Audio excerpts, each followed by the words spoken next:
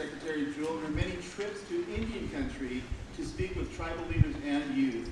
You can tell from the Secretary's remarks just how impactful those visits have been for her. And I want to especially acknowledge President Obama and First Lady Michelle Obama for their commitment to Indian country and especially to Native youth. As I stand before you today, I must say that I'm truly humbled.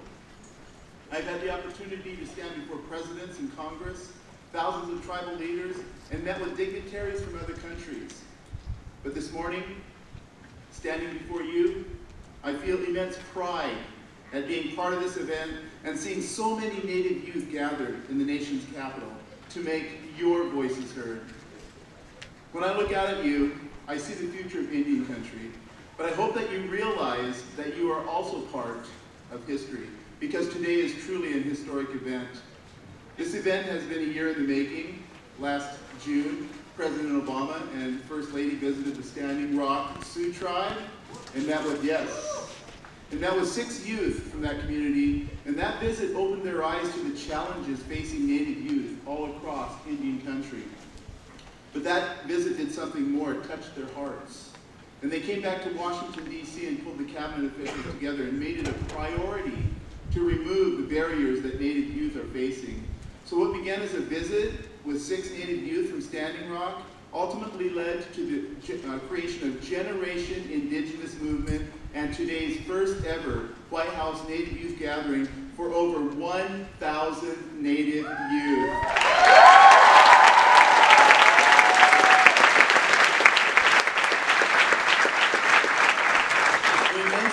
Started in 1944, it began with only 80 delegates from 50 states.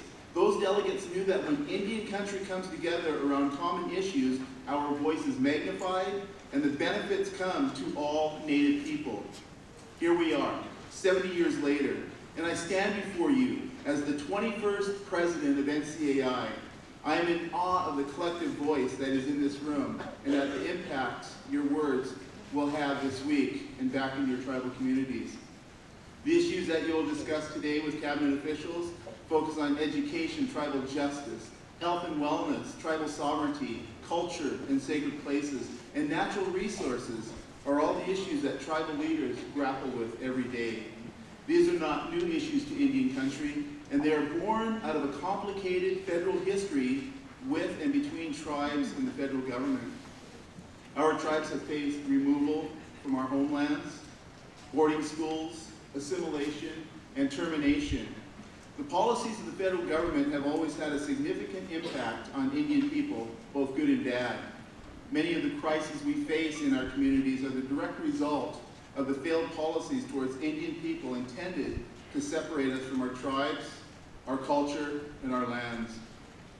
I am president of NCAI, but I've also been the chairman of my tribe for 19 years. I am a father and a grandfather, and in each of these roles, my job is simple: to create a better path and more opportunities for our youth who will become our future leaders. I'd like to pause for a moment.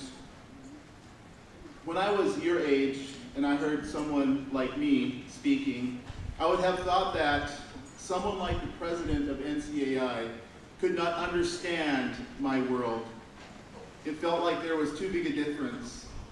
Let me tell you, my life and my family are almost certainly much more like your life and your family than they are different.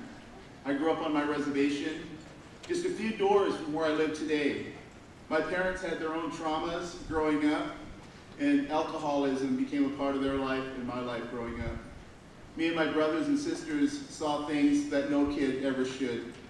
2 of my brothers died much earlier than they should have. I had my issues in school, and I turned to drugs and alcohol myself. But then through the grace of God and the support of my best friend and wife of 37 years, Nina, I took my life back and walked away from drugs and alcohol. Today,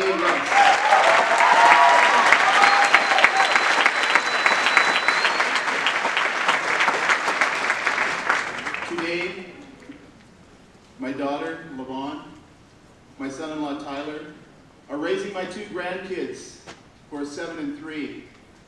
They're raising them in a home that is totally drug and alcohol free.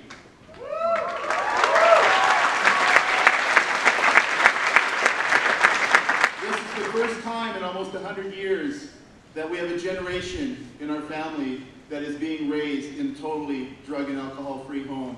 And how many of you youth are being raised in a total drug and alcohol free home? Raise your hands, real high. Look at that, that's awesome, that's breaking the cycle. Congratulations, Tim. I'm going to ask you, how many of you are going to have kids that are going to be raised in a drug and alcohol free home? Look at that, thank you. Yes. I know that many of you had to overcome obstacles that at times seem insurmountable. Too often what people hear of our communities are the negatives. They don't hear about how many of you will graduate from college and be the first ones in your family. I encourage you to break the cycle of drug and alcohol abuse. I encourage you to be the leaders in your communities, to make a commitment to raise your kids in that drug and alcohol-free home. At NCAI, our First Kids First initiative that we started is an effort to put Native youth first.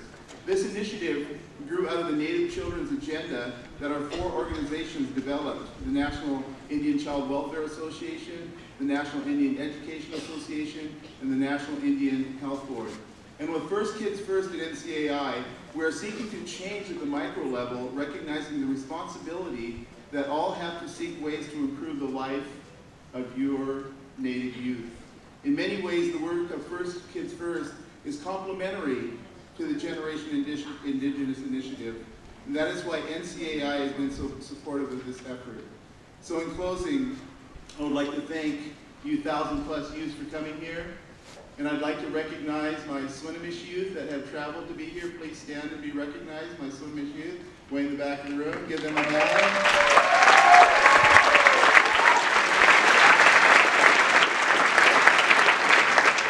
So God bless you, God bless our tribal nations, and God bless the United States of America. Have a great day.